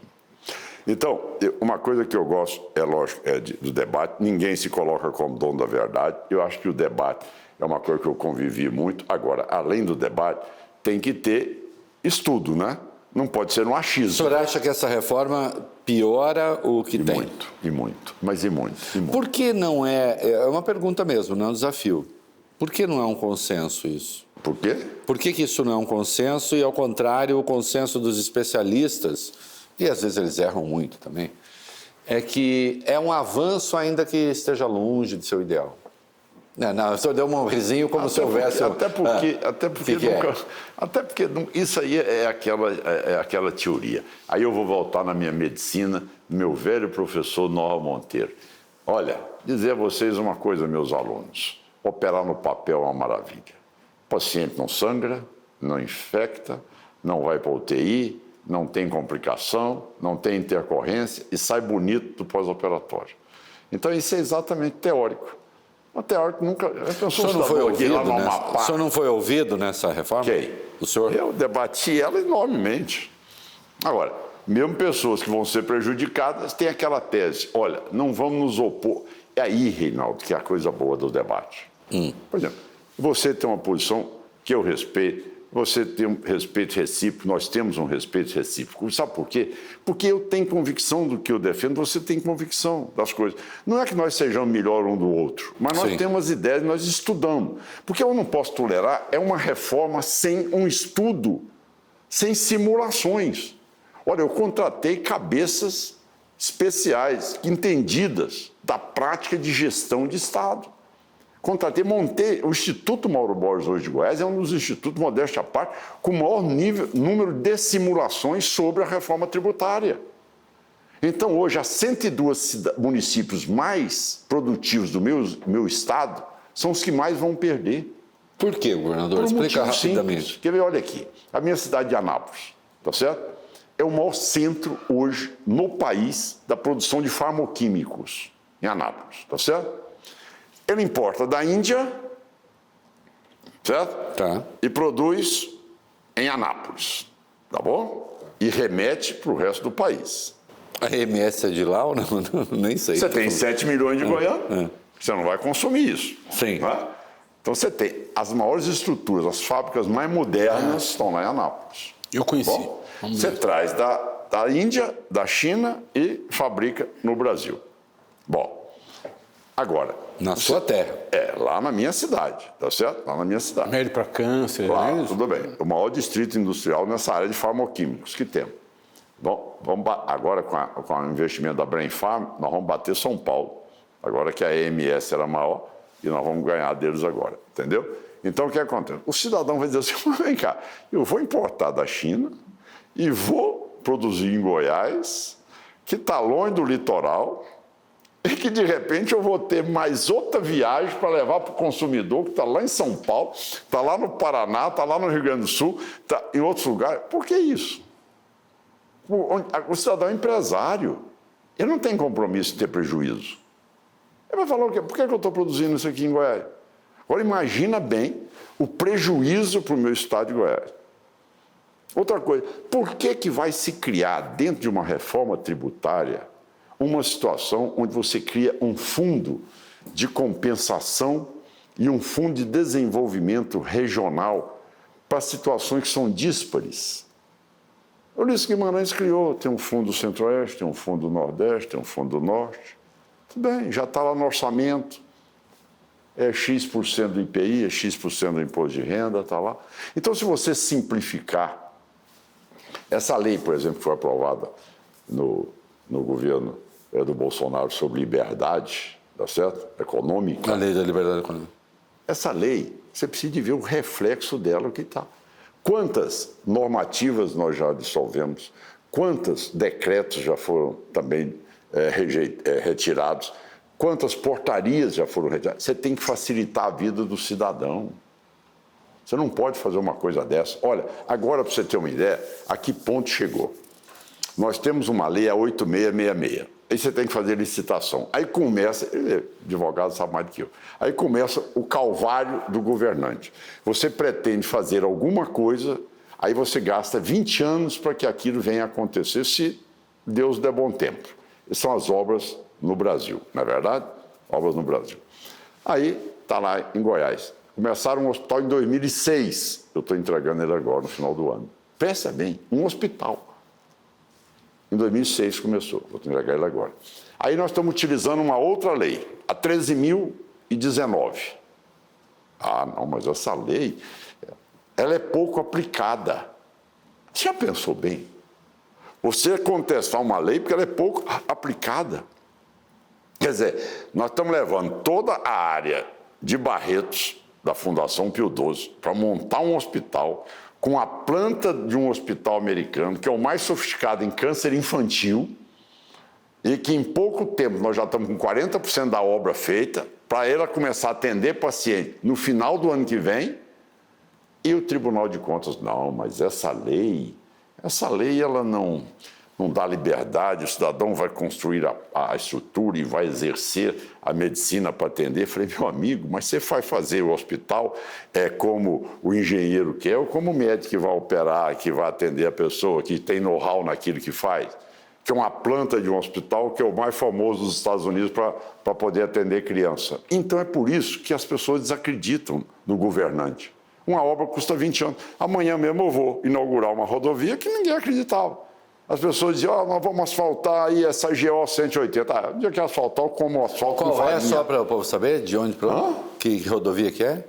É uma rodovia de uma área no município de Jataí, que é uma região extremamente produtiva, é o segundo município mais produtivo do Goiás, depois de Rio Verde, e que é uma área que o cidadão ficava lá atolando, sem saída, despesa enorme para chegar, maquinário quebrando e tudo isso. Quer dizer, por quê? Porque até se aprovar projeto, até você fazer licitação, até discutir qual é a empresa que vai fazer e até você ter a estrada pronta, o cidadão já desistiu da vida.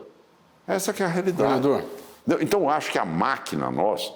Ah, mas porque tem isso, tem corrupção. Gente, corrupto... Mete a algema nele, vai embora, acabou, tchau, até logo, demite, rapidamente, resolve o problema. Agora, se você for, porque tem corrupto, você trava a máquina toda do governo, toda, você não tem investimento no Brasil, entendeu? Então, essas coisas precisam de ter pragmatismo, tem que ter comando. Agora, se o governo não tem braço, aí fica difícil. Quando o senhor foi candidato a presidente em 89, e eu acompanhei e a garota assistia, a política era muito diferente do que é hoje e a sociedade era muito diferente. Hoje, um candidato a presidente da República debate temas que não debatia no passado. E que são temas complexos, são temas movediços e perigosos. O tema das minorias é um tema movediço e perigoso. É um tema difícil de tratar. A direita trata de um jeito, a esquerda trata do outro, as identidades... das pautas LGBTQIA+. Desculpa mudar da água para o óleo, mas o senhor vai ter que tratar disso. Lógico, eu trato no meu governo. Como o senhor vai tratar? Como Bolsonaro ou como Lula? Não, vou tratar como Ronaldo Caiado. E como Ronaldo Caiado? Lógico, meu amigo. E como é? Eu sou um homem que eu não sou tutelado. Boa. Você entendeu? Entendi. Eu não tenho cabresto. Eu sou um homem, eu sou Ronaldo Caiado. Ótimo corte, outro ótimo corte. Tá bom? Eu sou Ronaldo Caiado. E como... Eu tenho respeito. Por exemplo, eu nunca se teve, eu tenho uma delegacia especializada exatamente hoje. Não é um departamento, não. Eu tenho uma delegacia implantada lá hoje, no estado de Goiás, para cuidar disso. E com todas as prerrogativas. Disso dos crimes contra a LGBTQIA+? É, lógico. E tem também uma política hoje em Goiás, isso está em todos os 246 municípios que eu lutei no Congresso, porque as mulheres espancadas ou agredidas só podiam receber medidas protetivas por uma decisão do delegado ou do juiz. E eu votei em Goiás, acabei com essa brincadeira. Toda autoridade, pode ser soldado da polícia, ele tem direito de poder dar a medida protetiva para aquela mulher e informar o comando imediatamente. Reivindicação do movimento feminista, só para deixar claro. Não, que eu acho ótimo. Nós temos que ter isso, gente. Não se aceita isso. Não. O cidadão tem a independência dele, da escolha dele, do que ele deseja. Não cabe a mim ter ação de governo punitiva a um cidadão que sem a sua opção sexual ou que tem a sua definição pelo que desejar fazer na sua vida, não. O que eu peço é que as pessoas tenham responsabilidade daquilo que fazem. Isso é que eu peço, tá certo? Eu não posso ter, tá certo? Isso é uma coisa que me dói, porque eu sou apaixonado pelas minhas igrejas antigas de Goiás. A minha praça cívica é o maior conjunto Art Deco da América Latina. Só perde para Miami. Praça Cívica de Goiás, da capital do estado. Da Praça Cívica, os prédios ali todos. Sim, Art Deco. Né? Art Deco. Então, de repente, você vê o cidadão vai lá, picha aquilo. Pelo amor de Deus, vamos ter. Aí você tem um monumento das 3 raças. Então, é um monumento lindo. Na Praça Cívica você tem uma pedra, como se fosse o estado de Goiás, sendo alavancado ali pelo negro, pelo índio e pelo o bandeirante, o branco. Erguendo o estado de Goiás. Aí, de repente, você vai lá, picha aquele negócio. Sabe, eu acho que nós precisamos de ter amor no que nós temos, que é no país da gente. Eu acredito nisso. Agora, a maneira como eu pretendo e que eu governo o estado de Goiás é com isso aí, com muita noção de seriedade, de respeito, de limite de cada um. Pra você ter uma ideia, quando foi do Covid, sabe como é que eu governei? Eu estava conversando sobre ser deputado. Muita gente dizia, o Caiado não governa um ano. Nunca governou nenhum carrinho Quem de pipoca. falava isso? Só para saber. O presidente da Federação da Indústria de Goiás, o Sandro Mabel, tá certo, que foi até deputado. Aí dizia... O das bolachas? O das bolachas? O das bolachas. Exatamente, o das bolachas. E um cara de direita, né? O cara não vai governar e nunca governou nenhum carrinho de pipoca, como é que vai governar? Isso aí daqui 10 meses ele já está impeachmentado, tá certo? Era desse jeito que colocava. Então, o que acontece? Você, quando você é deputado, você aprende uma coisa, que você é 1,513 avos. E quando você é senador, você é 1,81 avos. Então, quando eu cheguei, sabe o que eu fiz? Chamei o presidente da Assembleia, o presidente do Tribunal de Justiça, o Ministério Público, o Procurador-Geral de Justiça, Defensoria Pública, Tribunal de Contas, sentei e falei, o problema não é só meu, não. O problema é nosso. Vamos resolver? Vamos. Aí teve uma hora que a situação do Estado estava difícil. Olha, tem que cortar o duodécimo. Precisa de 25% do duodécimo. Todos aderiram. Todos fizeram. Então, você tem que ter noção, cada um de nós tem nosso independência. Eu nunca atrasei um duodécimo no meu governo. Nunca atrasei um duodécimo. E antigamente se fazia política para pressionar e coagir poderes com duodécimo. Tudo bem, não vou passar o duodécimo esse mês. Até julgar, até não sei o que e tal, o poder ficava estrangulado. Ou o órgão independente. Então, eu sempre fiz um governo assim, com seriedade, para que as coisas acontecessem. E é com esse objetivo que eu acho que com a vida a gente aprende. E nós temos hoje uma experiência grande que é fundamental. Quando eu fui candidato em 89, eu conto isso sempre, meu pai me chamou muita atenção. Você não pode ser candidato, você tome juízo. Não, as coisas não são assim. Você sabe, política é uma coisa séria, responsável. Você está com 39 anos, você é o mais novo candidato. Como é que você vai ser candidato a presidente da República? E lá pelas tantas que você não tem um fio de cabelo branco, você não tem experiência para ser presidente da República. Não, pai, eu vou ser, não sei o quê, tal, aquelas coisas daquela idade própria. Bem, então, quer dizer, hoje, refletindo, né, meu pai tem razão. Porque o que você aprende na vida, o que você vê, o que você muda, o que você amplia seu conhecimento, como é que você passa a tratar as coisas, não é no ímpeto, não é com o fígado, é com a cabeça, no sentido de estudar, de poder ouvir pessoas que têm Eu não tenho vergonha de dizer que todos os meus secretários têm que dar aula para mim. Você acredita nisso? Acredito. Tem que dar aula para mim. Se eu não for bom de ir para dar aula, eu demito ele e boto outro melhor. Porque tem que ser o maior craque naquela área. É isso que é o governo. Ah, mas o secretário é de quem? Não, o secretário deve respeito ao governador. Eu nunca fatiei secretariado meu. Ah, esse secretariado aqui é de um partido, esse aqui é do outro, esse aqui é do outro. Não, senhor. Não governa. Eu trago secretários que são pessoas com currículos mais competentes de qualquer lugar do Brasil. Qualquer lugar do Brasil. Não estou menosprezando os goianos, de maneira alguma. Mas estou dizendo que eu tenho independência para colocar, porque senão vira capitania hereditária. Um rouba no Detran, o outro rouba na Saniago, o outro rouba no Ministério, na Secretaria de Educação, o outro rouba na Saúde. É um problema. Você não governa. Claro.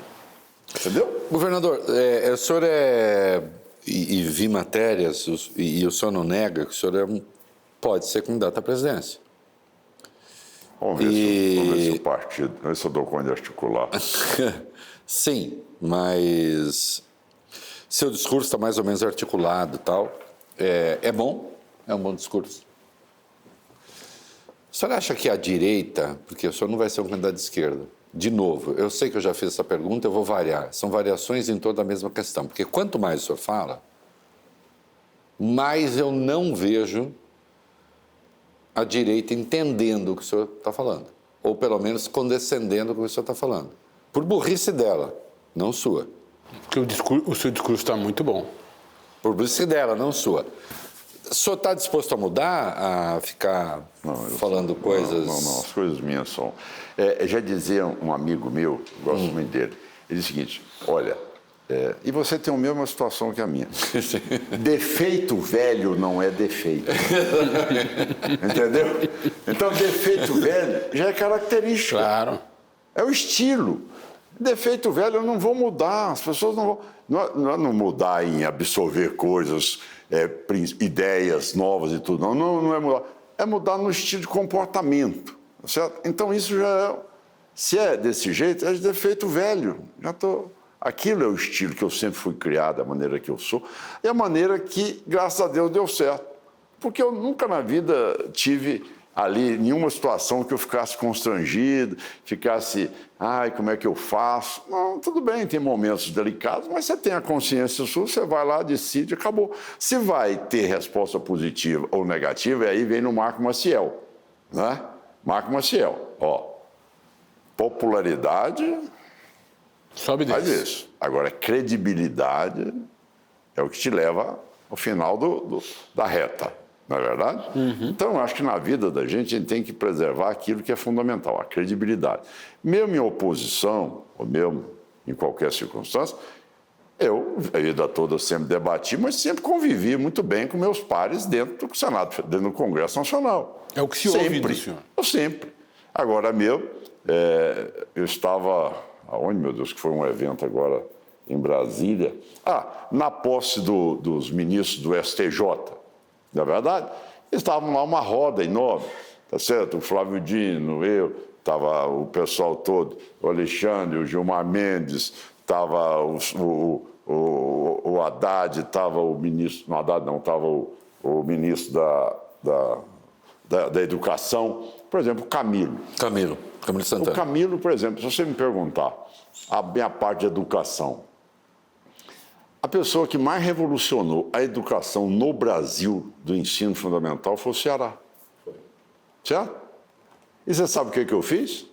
Liguei para ele, fui lá e peguei o modelo e implantei em Goiás. Fui lá, peguei o modelo e implantei. E ele tem uma pessoa que é genial, chama Veveu, que é o cara que imaginou esse nível de você integrar a educação do Estado com a educação fundamental dos municípios.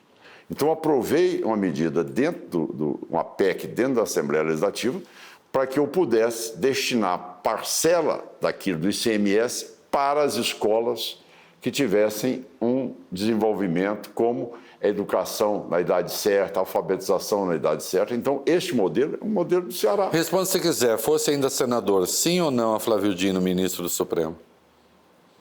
Se o quê? Se o senhor ainda é senador, votaria sim ou não a Flávio Dino? Votaria sim, não votaria contra ele, não. De maneira nenhuma. Não votaria contra. O Flávio Dino, eu fui relator da reforma política, tá certo? Então, em relação a essa parte do financiamento, um dia nós vamos conversar, porque realmente o nosso projeto foi um projeto que foi a plenário de reforma política. Quer dizer, no todo. Não esses projetos fatiados, esse negocinho aí de... Cada aí muda um negócio, muda outro, mas o complexo. Naquela época... A reforma de 2016, eu fiz um estudo enorme e naquela época eu defendi, tá certo? E sempre discuto, eu gosto muito desse tema, que é exatamente o projeto em lista partidária. Sim. Tá certo? Tudo bem, a gente está aberto para todo tipo de discussão, mas o Flávio Dino, eu convivi muito com ele. E você, por exemplo, você pode não concordar com as posições uma ou outra dele. Agora, em termos de conhecimento, em termos de cultura, tá certo? E de conteúdo, tá certo? É um cidadão que tem estofo para estar no Supremo, não tenha dúvida. Ele tem, mais do que tudo, essas credenciais. Gostar ou não gostar é uma coisa. Agora, você não pode, tá certo, desconhecer a inteligência das pessoas. Você não pode desmerecer, tá certo, a capacidade das pessoas, intelectual, a formação, a inteligência das pessoas. Você não pode, na verdade. Ô, Caiado, eu vou fazer uma observação. Porque se é adversário seu, quantas vezes nós já debatemos dentro do Congresso, mas nós sempre fizemos um debate civilizado e sempre conversei com as pessoas. Eu não tenho aversão a conversar com as pessoas. Eu vou fazer uma observação e vou passar para o Valfrido encerrar. Eu adoraria que o senhor fosse realmente o candidato da direita para elevar a qualidade do debate brasileiro. Eu fico honrado, porque eu sei que você é muito duro. Você é uma pessoa que não é hora nenhuma de estar assim, avalizando nem estimulando ninguém. Mas eu fico muito honrado, porque eu lhe conheço, eu sei das suas convicções, sei do seu preparo, da sua capacidade de debater. E ao poder receber esse convite, eu fiz questão absoluta de estar aqui. Valfrido, muito obrigado. Eu que agradeço. Nós não nos conhecíamos pessoalmente, mas em Goiás esteja às ordens. Eu disse, vocês vão me dar uma honra de poder chegar lá, principalmente nesse grande debate mundial hoje, que vai ser a ética na inteligência artificial, que eu acho que é um momento que vai causar muita discussão, que é um congresso que nós vamos fazer em Goiânia e que eu quero também ter a presença de vocês. Tá bom? Magnífico. Eu só tenho a dizer, e é um comentário, não é uma pergunta, que o Brasil precisa de mais convergência e menos divergência. Mais gente pensando naquilo que concorda e menos gente se apegando a discordâncias frívolas. E eu ouvi um homem aqui falando de convergência. Então, eu fiquei muito impressionado com essa entrevista e queria registrar isso. E, obviamente, lhe entregar a palavra para terminar a nossa conversa. Bom, primeiro é dizer que realmente eu estava com saudade, sabe por quê? Porque no Executivo, às vezes, o debate é pouco, né? E eu fui criado no Legislativo. E ali eu sempre fui apaixonado. E eu aprendi muito na minha vida que, como a maioria do meu período no Congresso Nacional, eu fui parlamentar de oposição, então eu era um estudioso do regimento interno para poder sobreviver. Então, dizer aqui que eu tive a oportunidade de a gente poder fazer um pupurri aqui de vários temas que nós conversamos aí sobre opiniões, sobre momentos que nós estamos passando por ele na vida nacional, como também outros projetos que estão na pauta hoje do governo. Também vocês me deram espaço para eu poder trazer aqui o estado desses 5 anos que eu estou à frente do governo. Eu agradeço muito e me coloco à disposição também para outros e futuros debates em que eu puder participar. Magnífico. Obrigado, governador. Um abraço. Gostou da entrevista? Igual assim, não é tão fácil, não. Mesmo. Baita entrevista, poderemos ficar aqui mais 10 horas. Podia mesmo. Foi muito bom. Muito bom. Obrigado. Dá like aí, se inscreva. É isso aí. Obrigado, governador. Obrigadão. Um abraço grande.